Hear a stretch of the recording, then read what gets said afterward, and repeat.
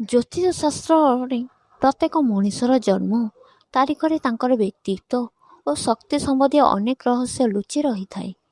କିଛି ମୂଲ୍ୟାଙ୍କ ଥିବା ଲୋକଙ୍କ ମଧ୍ୟରେ ଏମିତି କିଛି ଗୁଣ ଥାଏ ଯେ ଯାହାକୁ ପୌରାଣିକ କଥାରେ ଦାନବ ମାନବ ଶକ୍ତି ସହ ସମାନ ବୋଲି କୁହାଯାଏ।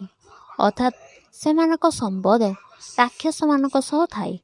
ଏହି ଲୋକମାନେ ଜୀବନରେ ବଡ଼ ବଡ଼ ଚ୍ୟାଲେଞ୍ଜକୁ ଭଲ କରନ୍ତି ନାହିଁ ଓ ନିଜ ଦୃଢ଼ ସଂକଳ୍ପରେ ଅସମ୍ଭବ କାମକୁ ମଧ୍ୟ ସମ୍ଭବ କରିଦେଇଥାନ୍ତି। ଅସମ୍ଭବକୁ ବାସ୍ତବରେ ପରିଣତ କରିବା। ପୌରାଣିକ କଥା ଅନୁସାରେ ଅନେକ ରାକ୍ଷସ ଦେବତାଙ୍କଠାରୁ ବର ପାଇବା ପାଇଁ କଠୋର ତପସ୍ୟା କରିଥିଲେ, ଯାହା ସେମାନଙ୍କୁ ମାରିବା କିମ୍ବା ପରାସ୍ତ କରିବା ପ୍ରାୟ ସମ୍ଭବ କରିଦେଇଥିଲା ଏବଂ ସେମାନେ ଅଜୟ ହୋଇଗଲେ। ଏହା ରାବଣ ଭଳି ବ୍ୟକ୍ତିମାନଙ୍କ ପାଇଁ ମଧ୍ୟ ପ୍ରଯୁଜ୍ୟ, ଯାହାକୁ ମାରିଲେ ପାଇଁ ସ୍ୱୟଂ ଭଗବାନଙ୍କୁ ଅବତାର ନେବାକୁ ପଡ଼ିଥିଲା।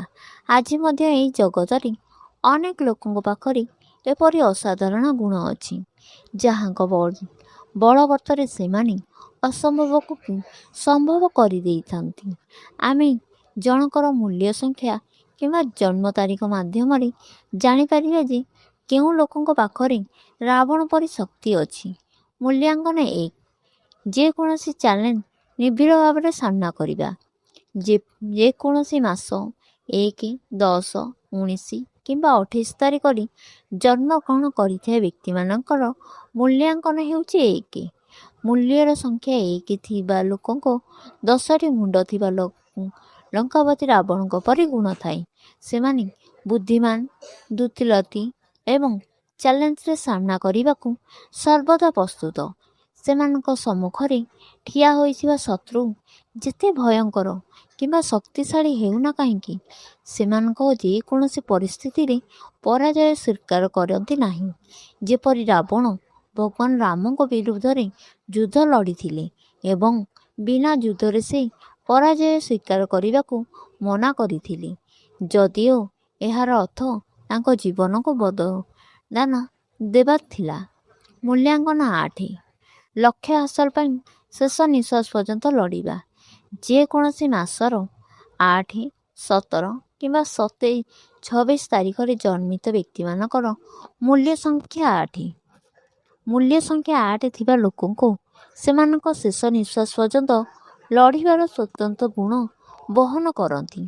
ସେମାନେ ସେମାନଙ୍କ ଉଦ୍ଦେଶ୍ୟ ହାସଲ କରିବା ପାଇଁ କଠିନ ପରିଶ୍ରମ ଏବଂ ଅତ୍ୟନ୍ତ ଧୈର୍ଯ୍ୟର ସହିତ କାର୍ଯ୍ୟ କରନ୍ତି। ଏହା ପ୍ରାଚୀନ ଯୁଗରୁ ପ୍ରତିଫଳିତ କରେ, ଯେତେବେଳେ ରାକ୍ଷସମାନେ ଦେବତାମାନଙ୍କୁ ବର ପାଇବା ପାଇଁ ହଜାର ହଜାର ବର୍ଷ ଧରି ତପସ୍ୟା କରୁଥିଲେ। ସେମାନଙ୍କ ମନୋବାଞ୍ଛା ପୂରଣ ନ ହେବା ପର୍ଯ୍ୟନ୍ତ ସେମାନେ ତପସ୍ୟା ଭଙ୍ଗ କରୁନଥିଲେ।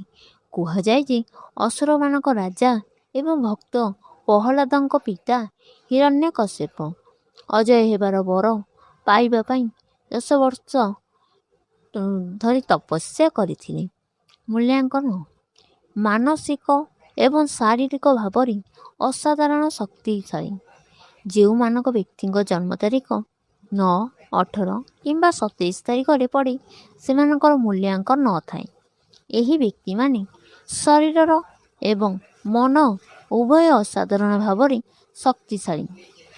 କେହି କହିପାରିବେ ଯେ ଶକ୍ତିଶାଳୀ ଭୀମଙ୍କ ପୁତ୍ର ଘଟୋତ୍କଚ ପରି ସେମାନଙ୍କ ଶରୀର ଅପାର ଶକ୍ତି ସହିତ ସେ ଅତି ବୁଦ୍ଧିମାନ ନଥାନ୍ତି। ଏହି ବ୍ୟକ୍ତିମାନେ ପ୍ରାୟତଃ ସେନା, ପୋଲିସ ଓ ସ୍ୱତନ୍ତ୍ର ବାହିନୀ ଭଳି କ୍ଷେତ୍ରରେ ସଫଳତା କ୍ୟାରିୟର ଗଢ଼ିଥାନ୍ତି। ଏହା ବ୍ୟତୀତ ସେମାନଙ୍କ ପ୍ରାୟତଃ ଉଚ୍ଚସ୍ତରୀୟ ଖେଳାଳି ଭାବରେ ଉଭା ହୁଅନ୍ତି ଏବଂ କୁସ୍ତି ଏବଂ ବକ୍ସିଂ ଭଳି କ୍ରୀଡ଼ାରେ ଗୁରୁତ୍ୱପୂର୍ଣ୍ଣ ବିଜୟ ହାସଲ କରନ୍ତି। ବନ୍ଧୁଗଣ, ଭିଡ଼ିଓଟି ଯଦି ଭଲ ଲାଗିଲା, ଭିଡ଼ିଓ ଗୋଟେ ଲାଇକ୍ କରି ସେୟାର କରି ସବସ୍କ୍ରାଇବ୍ କରିଦିଅନ୍ତୁ।